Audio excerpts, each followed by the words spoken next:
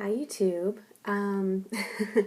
Sorry, I'm recording this from my iPad because, yeah, I'm just gonna try out some uploading stuff. There's this new program that's like directly through YouTube. That's an app on your iPad that supposedly, I don't know. We're going to try some stuff. But hi, Horoscope 101. I am Sunday, the very last person to do recommendation week.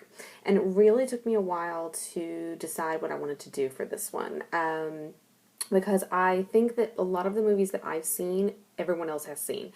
And I, most of the time, get recommendations. And I really like getting recommendations because I can really see new stuff that I've never heard of before.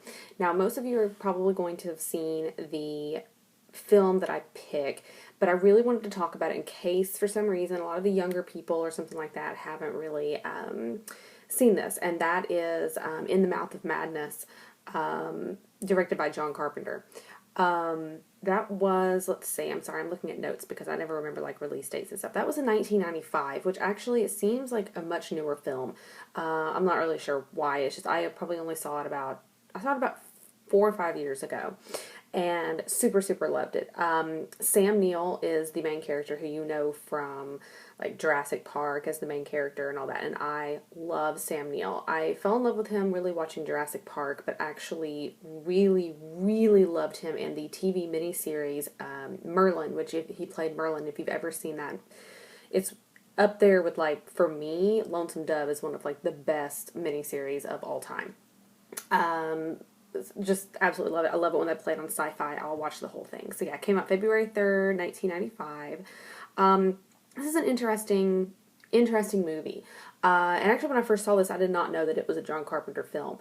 But, when I found that out, I mean, I think it made me love it all the more. I mean, to me, John Carpenter stuff can be kind of touch and go. There's a few things that I've seen that I'm just like, oh no, not great. But he's willing to take a risk. He's willing to experiment, and I love that, whether it comes out great or doesn't. It's kind of like the Coen brothers. Some of my absolute favorite movies ever, the Coen brothers, and some that I've seen are like, eh. I mean, I don't love everything. Same thing with John Carpenter. Sam Neill plays John Trent, who's just he's like I believe an insurance investigator, who is tasked with trying to find this missing author, Sutter Kane. His name is Sutter Kane, so you're going to hear that a lot throughout the film. The author has gone missing. The Sutter Kane writes novels that I would put in like the Stephen King vein. Very like disturbing and creepy and stuff like that. And apparently, if you read his novels, you risk becoming like crazy or something like that. Like, that's how affecting his novels are. So he is tasked to go find the writer because he's missing, and everyone wants his next book to come out. So, that's why an insurance guy is trying to go and find him. Now, it does have a cameo. I say cameo, I mean, he's a character, but he's not in it for very long, and that's Charlton Heston, and I love Charlton Heston. He's kind of at the beginning of the movie. He is the publisher who wants him to go find Sutter Kane and see where he is. So I'll always love an appearance by Charlton Heston. It's kind of like seeing him in Tombstone. It's like, hello, he makes everything better. I don't want to give too much away, except to say that once he is tasked with going to find Sutter Kane, and he's given, kind of a companion, a female companion, to go find him, they start driving, and shit goes weird from there. They see the weirdest stuff while they're on the road.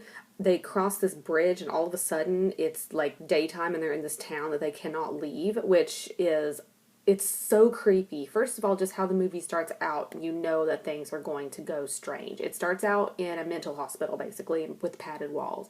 So you know that something has gone horribly, horribly wrong. And, In the Mouth of Madness, absolutely fantastic. Sometimes I get the title confused with In the Mountains of Madness. But In the Mouth of Madness, yeah. And so he just slowly starts dealing with all this really crazy stuff. And I absolutely loved it. I'd love to kind of just stick it in and watch it again. And I think that's because of Sam Neill's acting. I just really love him in everything that he does.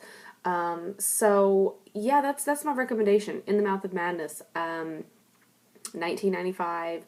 I think it did. Let's see. I'll look. The budget was 8 million. The box office did just over 8 million. So I guess I could say it was a flop. I don't know. I happen to like it. You know, like I said, I like most of John Carpenter's stuff. Of course, John Carpenter did the music for it, as he always does. So yeah, I will see you guys next Sunday for another Horoscope 101 topic. I wish I could say that I knew what it was right now, but I'll see you next week. As I said, go watch In the Mouth of Madness, John Carpenter.